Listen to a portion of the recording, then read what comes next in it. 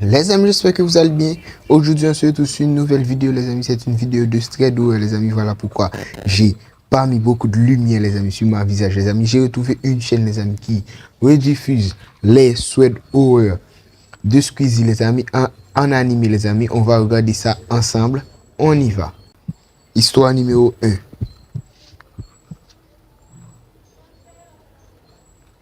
Cette histoire s'est passée il y a quelques années. Attendez, Ma copine et moi venions de se séparer. attendez. Ah! Je me suis trompé, c'est vrai que la chaîne fait des vidéos de thread horror.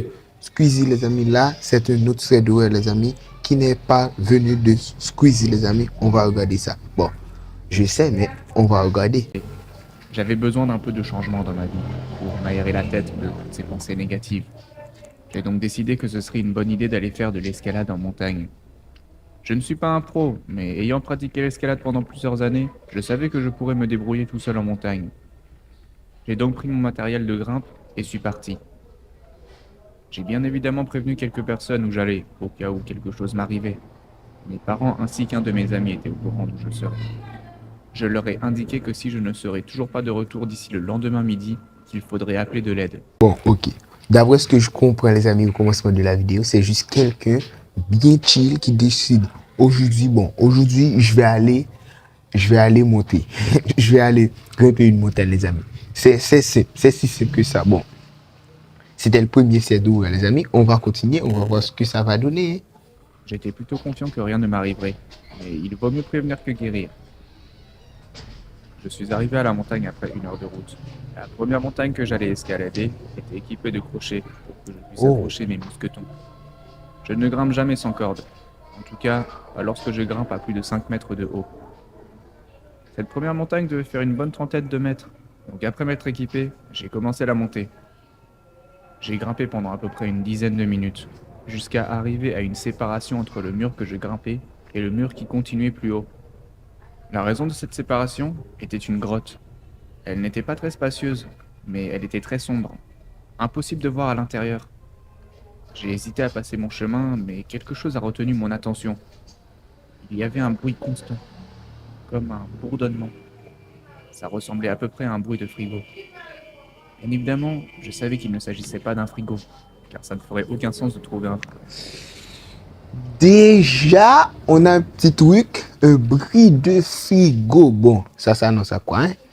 Qu'est-ce qui pourrait faire un bruit de frigo? Ah, en fait, bon, je ne sais pas. On va continuer le software, on va voir, hein.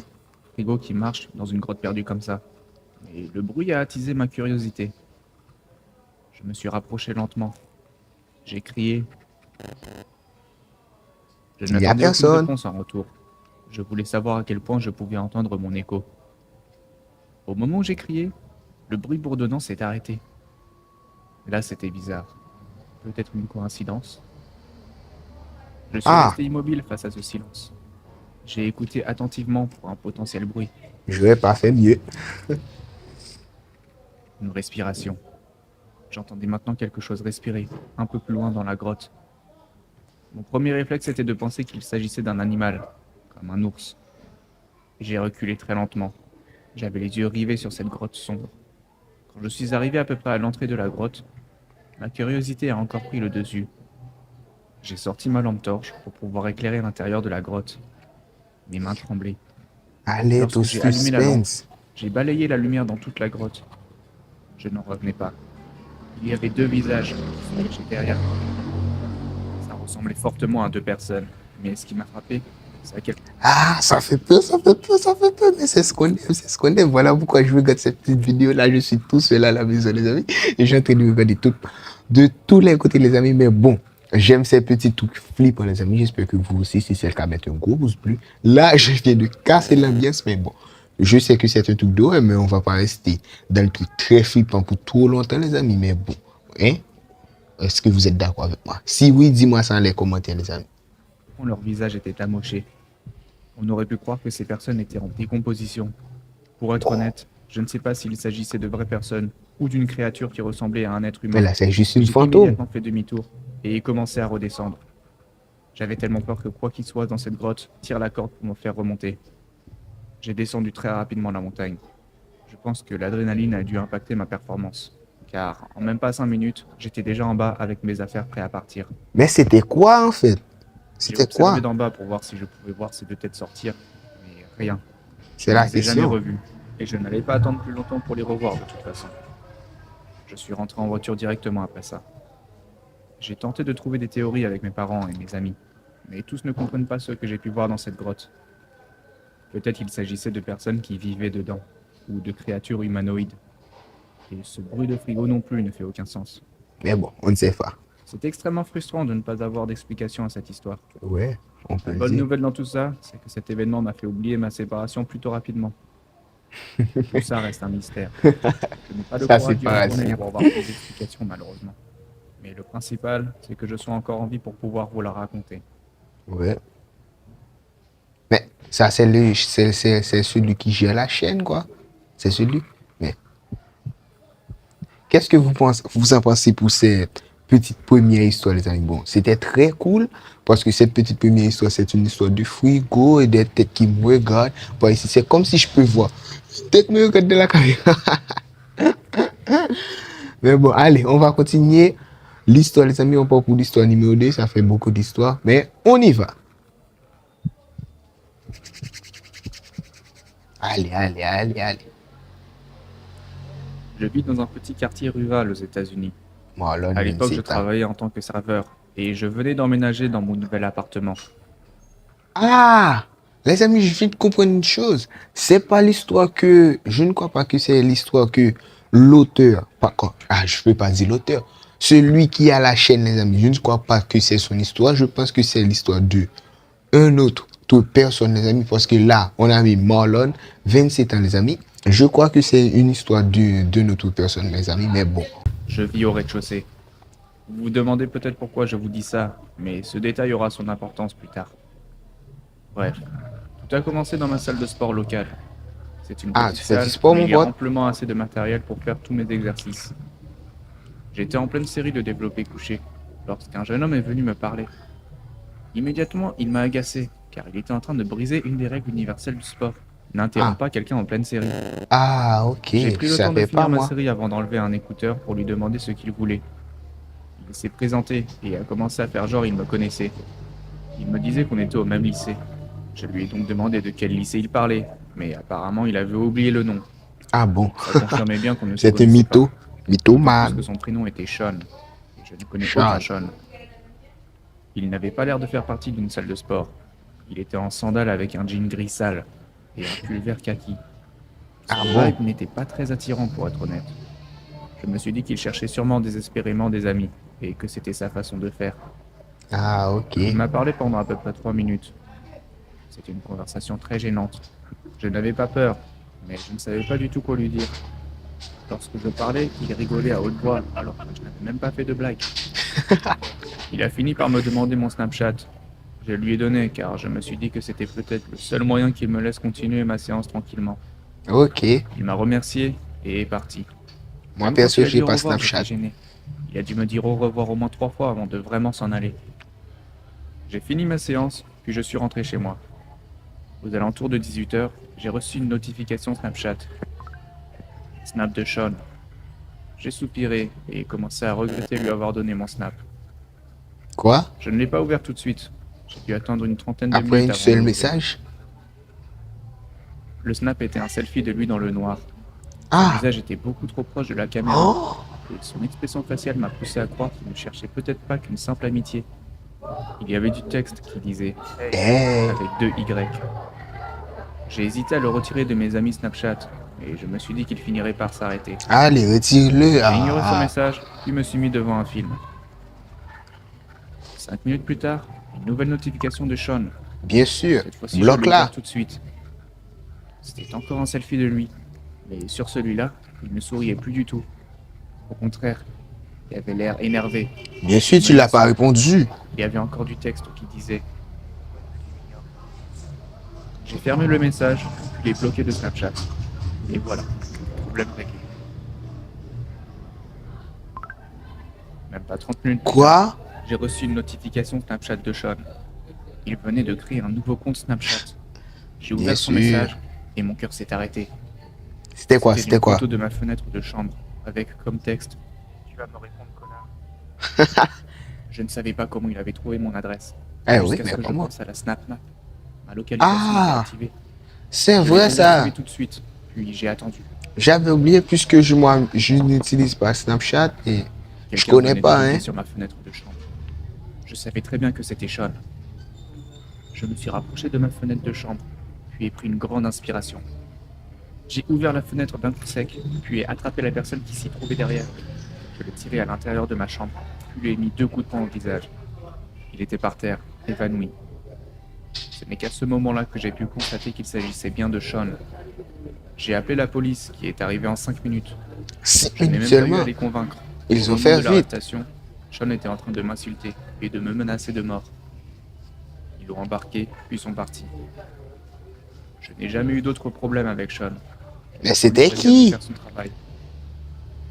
Aux dernières nouvelles, il a interdiction de m'approcher dans un rayon de 100 mètres. Je conseille vraiment à tout le monde de désactiver sa localisation Snapchat.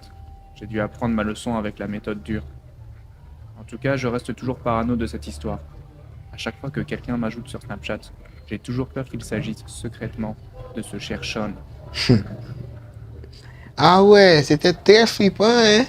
Mais pas mal le courage du gars. De le tabasser comme ça, là, vraiment fort. Ok, prochaine histoire. Quand je suis allé à l'université, j'ai dû déménager de chez mes parents. J'ai été chanceux car mes parents avaient une amie qui avait une chambre libre dans son appartement. L'amie s'appelait Cathy. C'est elle la propriétaire de l'appartement, et donc elle n'y vit pas dedans. Cathy nous a informé du profil de ma future colocataire. Apparemment, c'était une femme qui s'appelait Betty, et elle était plutôt âgée de ce qu'on m'avait dit, Enchanté, Betty. à peu près dans sa soixantaine. Je vous avoue que c'était assez étrange de me dire que ma colocataire pourrait être ma grand-mère. Mais le Quoi? loyer était peu cher, et la localisation de l'appartement était très Tu favorable. ne connais pas ta grand-mère, J'ai hein? donc accepté l'offre, et nous avons emménagé les quelques affaires dans mon nouveau chez Ou c'est moi. moi qui ne comprends pas? L'appartement était déjà meublé, ce qui veut dire que je n'avais pas à dépenser dans de nouvelles fournitures. Cathy m'a présenté Betty. C'était bel et bien une femme dans sa soixantaine, qui paraissait tout à fait normale à première vue. Ok, Je me suis installé et mes parents sont partis. tout à fait normal.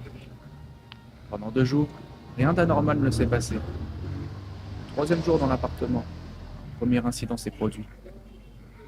Il faisait déjà nuit. Il devait être environ 21h. J'étais sur le canapé devant la télé lorsque j'ai vu Betty qui faisait sortir sa tête de derrière le mur du couloir. Pour faire quoi? Elle était dans l'obscurité, mais la lumière de la télé m'a permis de voir qu'elle me regardait. J'ai demandé à Betty si tout allait bien, et si elle voulait s'asseoir avec moi pour regarder la télé. Je n'ai reçu aucune réponse de sa part. C'était Elle pas restait lui? derrière ce mur et ne faisait dépasser qu'une partie de son visage. Ah Betty a ouais, ça commencé à fait murmurer peur, hein? des choses incompréhensibles. C'était comme si elle gémissait les mots. Je suis resté là pendant 1 minute à la regarder faire. Puis elle s'est retournée pour retourner dans sa chambre. Honnêtement, cet incident m'a foutu la trouille. J'ai appelé Cathy pour lui demander si Betty souffrait de somnambulisme ou d'une quelconque maladie qui pourrait expliquer son comportement. Ok, ok, Cathy ok. m'a dit qu'elle venait de rencontrer Betty il n'y a même pas 2 semaines. Et que d'après d'elle, Betty paraît tout à fait normale. Ah, J'ai 2 raccroché, semaines. puis suis allé me coucher. Ok. Le lendemain matin, je suis tombé sur Betty, qui cuisinait des œufs dans la cuisine. Je lui ai donc demandé si tout allait bien et pourquoi elle me regardait hier soir. Betty ne savait même pas de quoi je parlais. Je lui ai donc bien expliqué la situation, mais elle n'avait aucun souvenir de l'incident. Suspect, hein? Quelques jours sont passés. Rien ne s'est produit de trop étrange. Je dis rien de trop étrange, car en réalité, toute cette situation était légèrement bizarre à mon goût. Ok. Un soir, j'étais posé dans ma chambre devant mon ordinateur. Encore une fois, il devait être dans les alentours de 21h. Je me relaxais quand soudainement j'ai entendu quelqu'un toquer à ma porte de chambre. C'était J'ai Betty. su de suite qu'il s'agissait de Betty. Mais même en sachant que c'était elle, j'ai immédiatement commencé à avoir peur. Betty recommençait à gémir des mots incompréhensibles, tout en toquant à la porte. J'avais vraiment envie de fermer la porte à clé, mais malheureusement la porte n'avait pas de verrou. Ah, J'ai donc ok. attendu pendant à peu près 1 minute, le temps que Elle Betty arrête le de hein. toquer et reparte dans sa chambre. J'avais envie de rappeler Cathy, mais dans tous les cas, elle n'aurait rien pu faire de plus. 1 heure plus tard, j'ai éteint mon ordinateur et suis allé me coucher. Et Étonnamment, je me suis endormi rapidement, malgré l'incident d'une heure auparavant. Je me suis réveillé au milieu de la nuit. Je pensais au début qu'il serait le matin, et en regardant mon réveil, j'ai vu qu'il n'était que 1h30 du matin. Je ne savais pas ce qui m'avait réveillé. J'ai donc regardé autour de ma chambre, puis vu que ma porte de chambre était ouverte. C'était Betty. Immédiatement, j'ai pensé à Betty. Un grincement au sol m'a fait tourner la tête sur ma gauche. Il y avait une silhouette dans ma chambre. Elle était là. Et puis, j'ai demandé. Elle sait quelque chose. Les mêmes gémissements ont recommencé. Son visage était terrifiant. Elle avait l'air à moitié endormie, mais me regardait droit dans les yeux. Je me suis mis en boule de l'autre côté de mon lit lorsque j'ai vu le couteau de cuisine dans sa main droite. Elle ne bougeait pas, mais me regardait en gémissant, comme une tarée sortie d'un asile. J'étais pétrifié. Je ne pouvais plus bouger mon corps. Betty s'est enfin retournée, puis est sortie de ma chambre. J'ai couru pour barricader la porte avec mon Elle est arme. gentille, hein? J'ai failli appeler Cathy à nouveau, mais à 1h30 du matin, je me suis dit qu'elle ne répondrait pas. Mais J'ai t'as donc besoin de attendu que l'aide. la nuit passe. Je n'ai pas dormi 1 minute. Et dès que le soleil s'est levé, j'ai appelé Cathy. Je lui ai tout expliqué, et elle était vraiment sous le choc. Je lui ai dit que Betty devait s'en aller. Elle a dit qu'elle se chargerait de Betty. Plus tard dans la journée, j'ai changé d'avis, puis ai décidé que c'est moi qui m'en irais. Ah, Le fait d'avoir vu quelqu'un dans ma chambre au milieu de la nuit m'avait officiellement dégoûté de cet endroit. ok. J'ai dû revenir chez mes parents le temps de retrouver un appartement. Apparemment, Betty vit toujours chez Cathy actuellement. Je ne sais pas pourquoi elle n'a pas été envoyée à l'hôpital. Nous avons tout de même fait nos recherches avec Cathy. Nous sommes venus à la conclusion que Betty devait être atteinte du syndrome du coucher du soleil. Les personnes atteintes de cette maladie deviennent confuses, anxieuses et parfois même dangereuses. Ah, ok. Je suis ravi de m'en être Je sorti vois. intact. Je plains la prochaine personne qui se retrouvera à vivre avec Betty. Good luck, Je suis bro. toujours étonné qu'elle ne soit pas envoyée à l'hôpital. J'espère que Cathy n'attend pas qu'un incident grave se produise pour pouvoir agir à ce sujet. Ouais. Voilà, les amis, on l'a fait tout de suite. 3 sets méga flippant, les amis. Pas trop flippant, hein, parce que j'ai pas trop flippé. À part le premier, les amis. Le premier qui a fait un petit truc de paranormal, là, si tu vois. Bon, si tu aimes ce vidéo-là, les amis, cette format-là, les amis, n'oubliez pas de mettre un gros pouce bleu et de vous abonner. Nous se joignent pour une autre vidéo. Ciao tout le monde!